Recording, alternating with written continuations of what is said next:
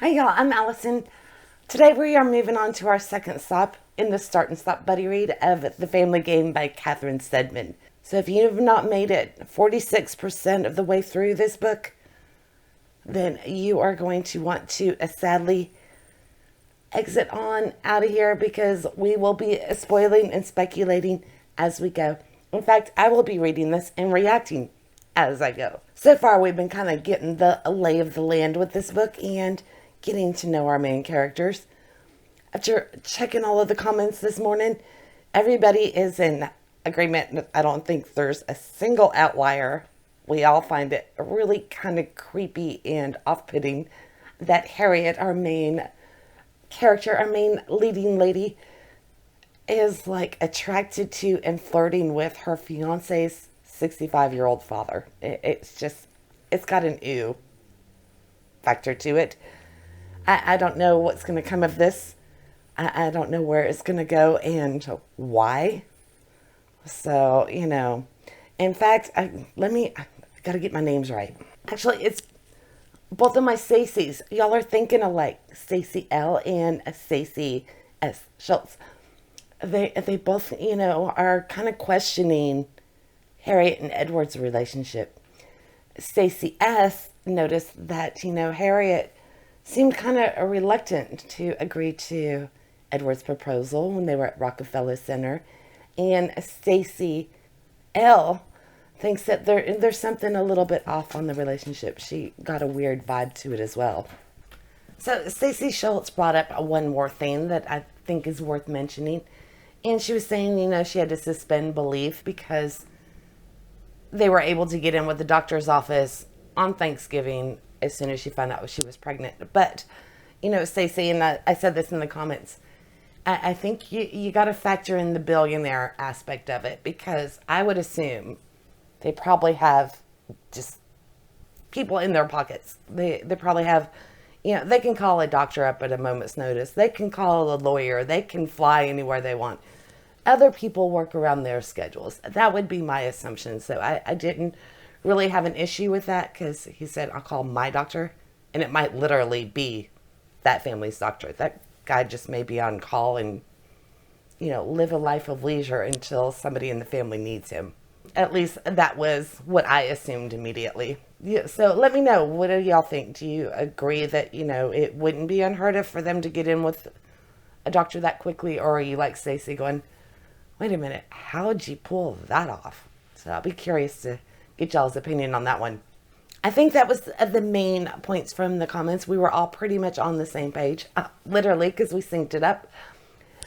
But, yeah, speaking of which, I hope you have reached page 147 in the paperback or the hardback.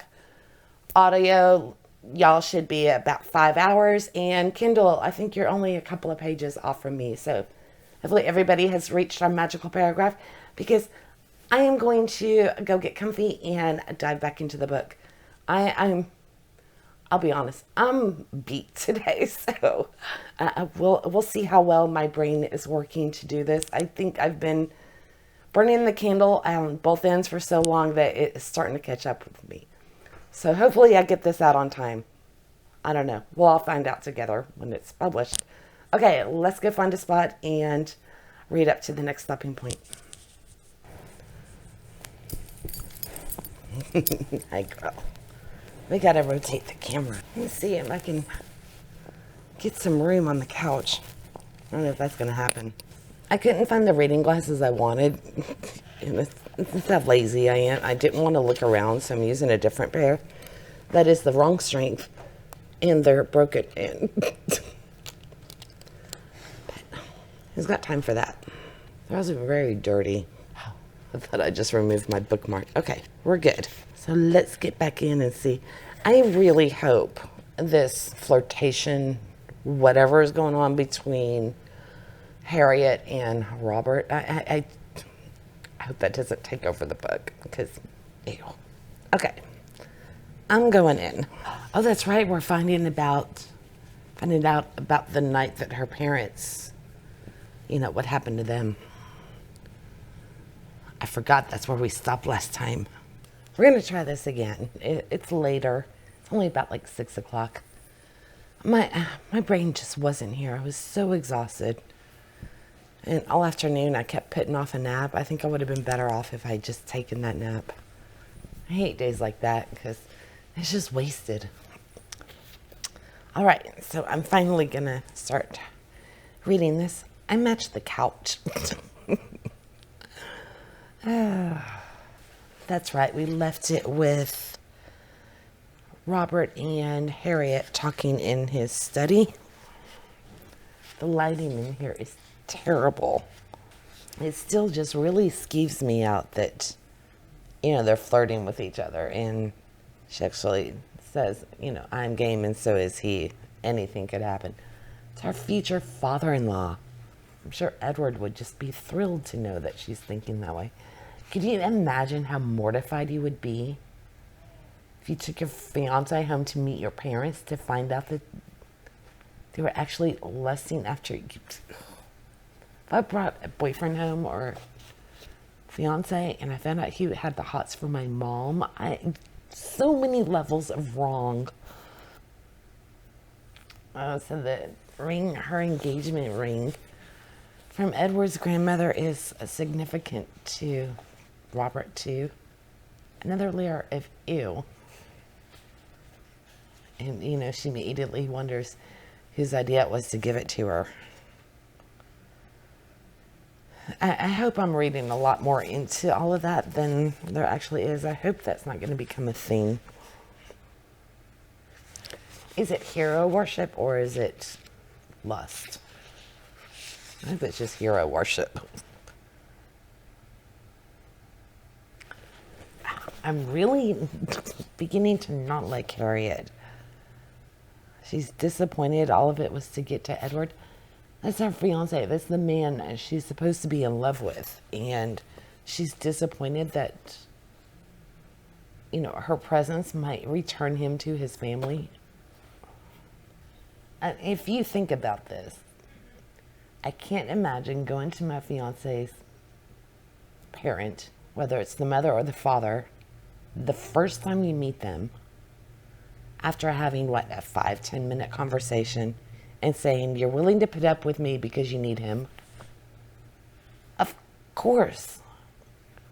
They have no connection to you. You are nothing to them. You just met them. You are a name over the telephone.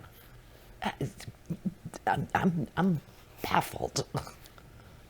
Is there something? Do they know each other from before? Is that why she's behaving this way? Because this is not normal behavior. When you met somebody, doesn't that mean they're approved beforehand? Are they just saying, or is he just saying that, they looked into her after, Edward started dating her? And there's something more to the day that her parents died. Was she in some way responsible?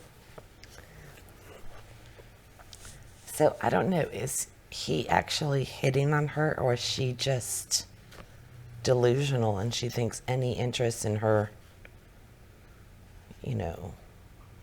whether slight or not? So I'm curious, is he being inappropriate, or is she just making a mountain out of a molehill? They don't seem like a very happy couple, do they? They don't even seem like a couple, to be honest. Although he did react. Well, I take it back. His reaction to the pregnancy. And that's the other thing. She's behaving this way towards the father-in-law when she just found out she's pregnant. Okay, so now they're talking more like I would expect towards each other. He's filling her in on Bobby, so seemed very taken aback that he was mentioned. And it's odd that, she knows nothing of the family history or the background or anything.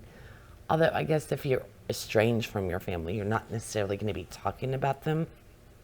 So I guess it's not that unusual, given the context.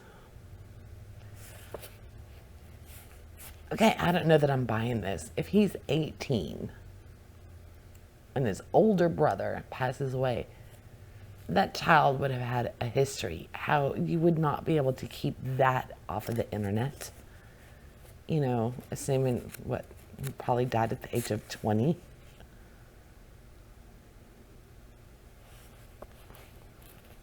I don't buy it. Not for a family as prestigious as they are. Ew, she's thinking about Robert while she's kissing Edward and things are heating up between them. Ugh. What is wrong with her? Oh, okay. So there is an obituary and everything that. Okay, because I was like, there's no way, there's no record of there being an older son. Okay, so now they're explaining how, you know, all of the information about Bobby could have been obscured online and everything. And it makes sense. They do have the resources to make that happen. I thought she was saying it was like he never existed at all, but there is some stuff there, so that fits. But she needs to call off this engagement. If this is how she's thinking about the father, it's just no. And, you know, she's questioning why he even proposed, if it was because of, you know, the anniversary of Bobby's death coming up. And, you know, these two have no business getting married. I'm going on record with that right now. Oh, I've been misspelling Matilda's name wrong in comments. Oh, well. Also, you know, of course, from the back, we know what's on this tape. Why would he give that to her so early on as well? These things just aren't. It just doesn't. It doesn't make sense. She feigns remembrance of their first meeting. What in the world is she? Okay, so here's an idea. It's probably way out in left field, but you know, I've been known to do those before. It has talked repeatedly about how she's, you know, researching his ex-girlfriend. She researched Edward beforehand. She would have obviously come across a ton of information online about the head of the family, Robert.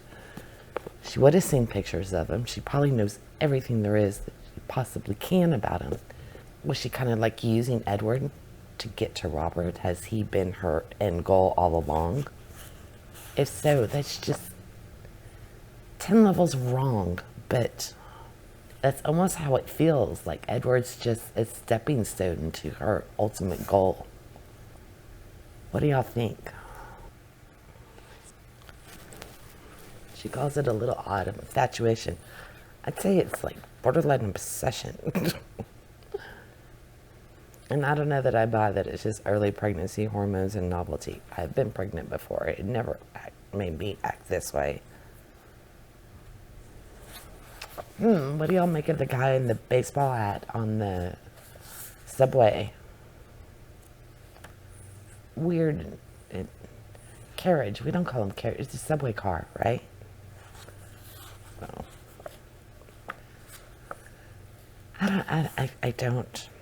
I don't know. Okay, if I was given that tape, I would be obsessed about it. I would have to hear what was on it. I just don't like the fact that she's obsessed about hearing Robert's voice.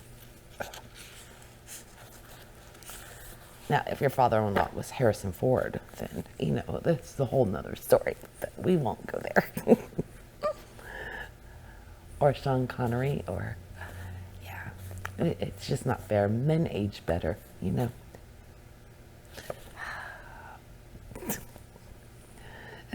Speaking of age, I'm feeling my age as she's trying out the recorder for the first time, the tape deck. Because, you know, of course, we lived with those headphones. I personally like those headphones better.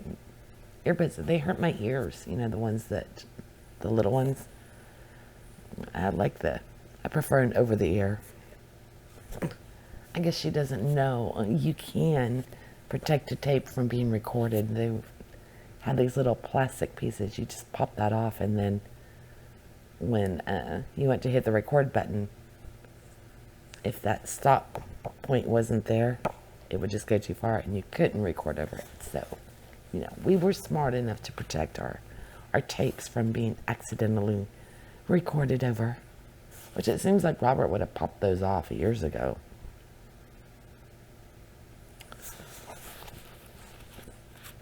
Did I miss something? I thought she had only written one novel. It's her debut that's about to hit 1 million.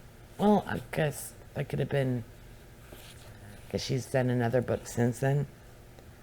I don't know, because it's, talking with her agent and everything, it sounds like she's done multiple books in the past, and, she's very familiar with this process, being late on her deadlines and whatnot.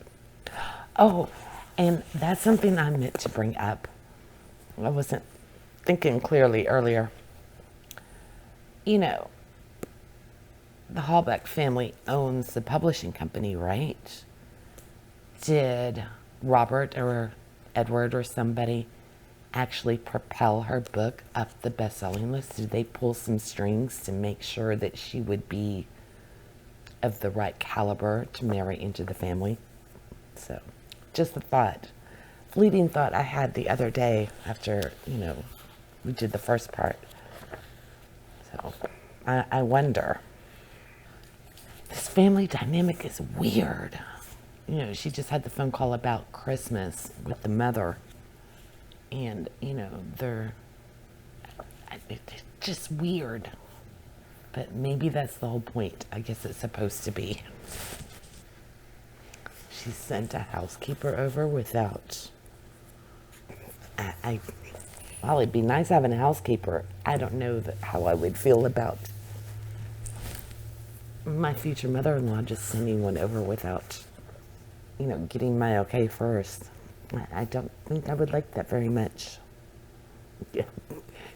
Although I would probably react just like she did, that, you overstepped, but oh, thank God. Especially when she's trying to meet her deadline. It would have been a godsend. Then they seem a little overly welcoming. I don't know that I buy that it's just to bring Edward back into the fold, because, he doesn't seem, he's not angry about the housekeeper. He wasn't upset about going there for Thanksgiving. They got the ring from them. It doesn't appear that he's actually estranged from them. I know. So she still hasn't told Edward about the tape. I am impressed that she managed to get the book done. Yeah, even her book, being about a wealthy family with the first son, didn't die, but he comes back in it. There's so many similarities, and she's hiding the manuscript from Edward. This is not a couple that belongs together. Oh, hell no. I could not go into the, Summit Vanderbilt amid glass and mirrors suspended 1,000 feet over Madison Avenue. Nope. No way. I definitely am afraid of heights. I'm okay if I'm strapped into something, like being in an airplane, riding a roller coaster, all that stuff. The climb on the roller coaster, that I do not like. And standing on staircases, I cannot. I always feel like I'm going to fall. Flips me out. No way I could go up there. Nope. I bet it's incredible, but I could not do it. No way. I could not stand on that glass. She's being tested to see if she scares easily.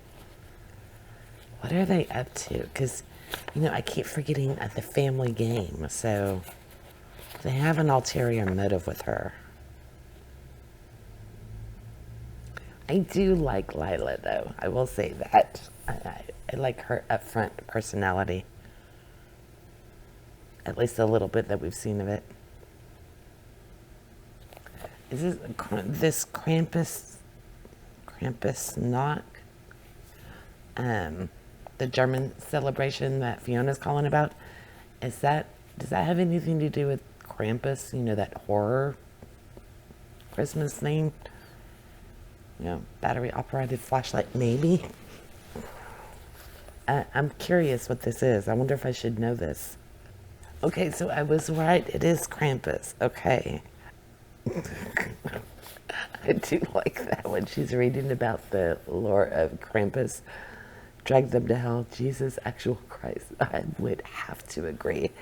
Yeah, I knew a little bit about this German tradition, but I was definitely shaky on it. So as soon as it gave the description, I was like, yeah, the half goat and everything and punishing the kids. That's a book I've been wanting to read for a very long time. In fact, was it Erica or Christina that recommended it for our spinner wheel? I really need to read that one Christmas. It'll probably give me nightmares. Yeah, and I knew the tradition of the presents being in the shoes and everything, and that's where we got the whole, aspect of Santa. So I do love learning about the, where our traditions come from. I know the Christmas tree, that started in Germany too, right? So it's just, I've always found that so fascinating. Christmassy Halloween. It's an interesting way of looking at it. The Czech Republic, that's where my mom's family's from. My mom's actually first generation American. My grandparents are from Czechoslovakia. Since the country split, they're from the Slovakia side, which is where I get my red cheeks from. And family came to join. Oh, come here.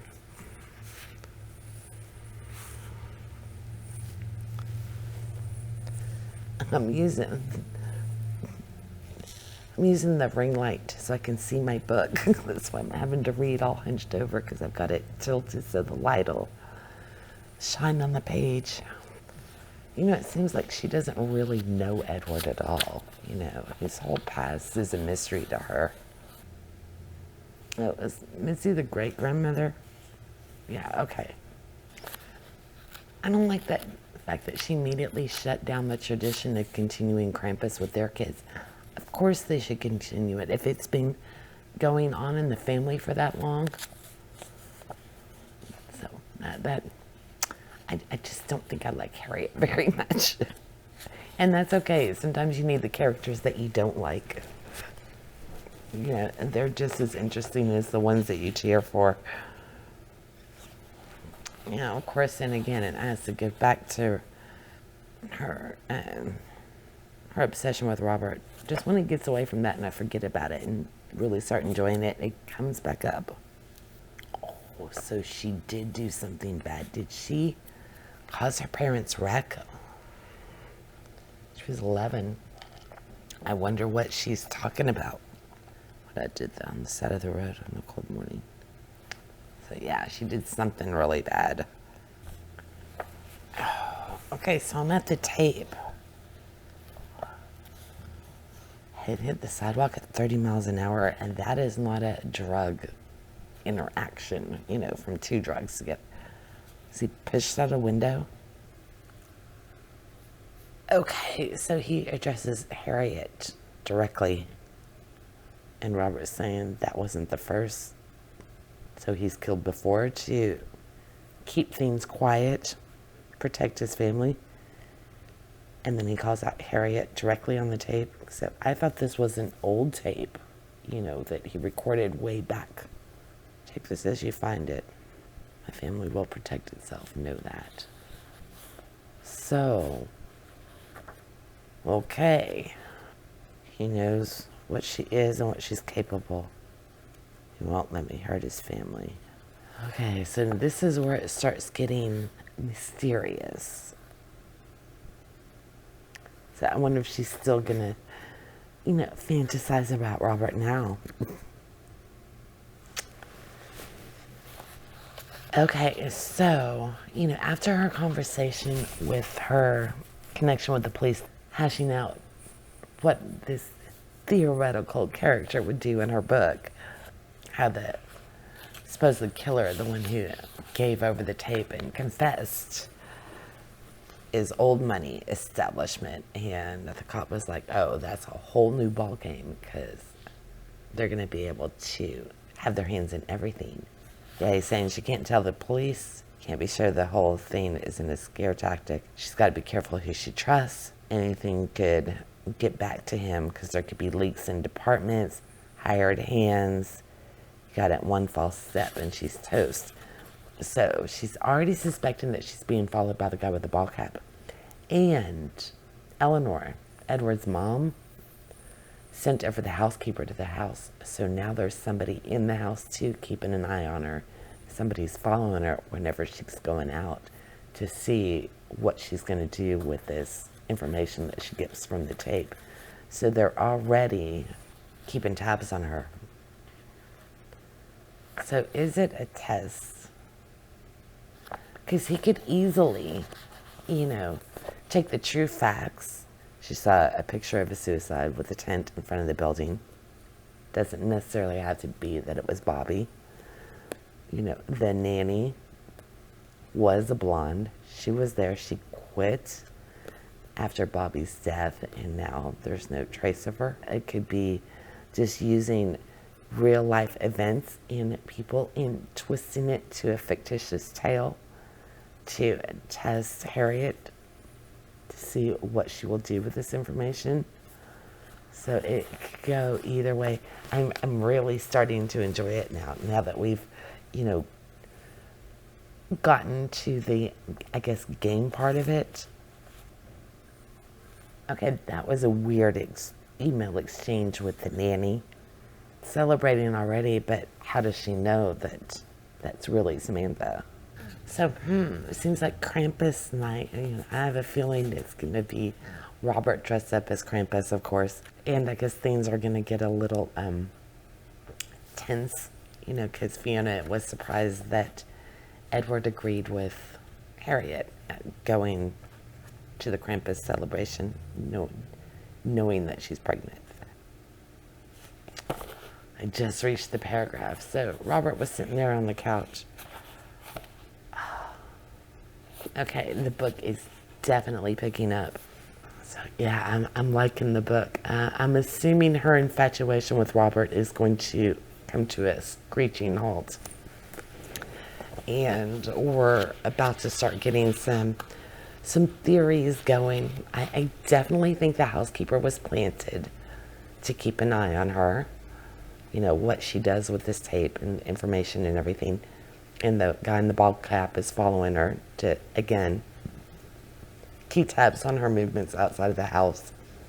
So the question is, did he really do it? Or is this all some big setup by the family? It is called the family game.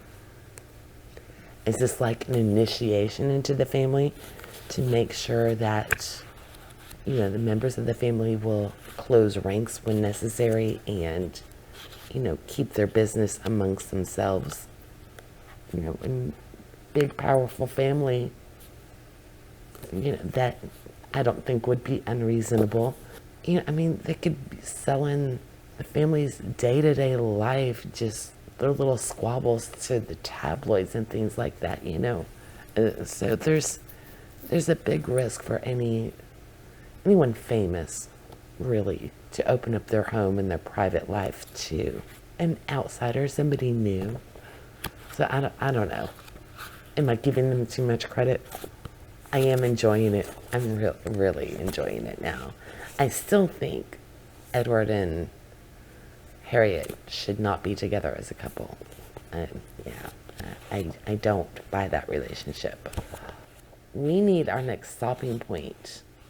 So I'm going to go get that, and I will be right back. Now she joins us, now that we're at the end of it. She's been on at the big couch all night. Our next stop, it is going to be at 69%. So it'll be towards the end of chapter 33. So in the paperback, hardback, and even the Kindle, I think the Kindle is only off by a couple of pages. Page 222 for my audiobook listeners, around the 7-hour and 27-minute mark. And the magical paragraph begins with, I grimace into the receiver. I grimace into the receiver. She's going to be on a phone call. We actually have a decision to make as well, because Cassie provided us with an extra step if we want. Do we want to do the ending all in one big chunk? Or do we want to break it up into like 60 pages and then our last stop would be 40 pages? We'll put it to a formal vote. I will create a poll again on the community tab. I'll put it up like as soon as this video goes up, so you can vote on it, and then I'll close the poll at 6 p.m. on Thursday. So it's not going to give you much time to vote, but that's okay because that's the pace we're reading at anyway. So yeah, vote after you watch this. I will close the poll 6 p.m. on Thursday, and in Friday's video I will announce whether we're proceeding to the very end in the next one or if we're going to extend it. There we go. Because honestly, I have no idea. I don't know which way y'all want to handle it. Casey said there's, mayhem towards the end. So if we want to kind of break that up into smaller pieces to discuss, that's why she gave us the extra option. I hope y'all are enjoying it as much as I am. I cannot wait to discuss this part with y'all tomorrow. And I've got a long night of editing ahead of me if this video is going to be ready in time. Now, if you come to this a little bit later, I challenge you, wait at least 24 hours before you pick your book up and continue on to our next stop. It'll really heighten your reading experience, and you just might think of some new aspects, or some little clues might jump out of you that you would have missed if you had just kept reading on through to the end. So anyway, I really love this stopping and pausing it, allowing chance to savor the book. All right, I've got work to do. It's been fun reading this with you today, and I hope to see you day after tomorrow. Bye, y'all.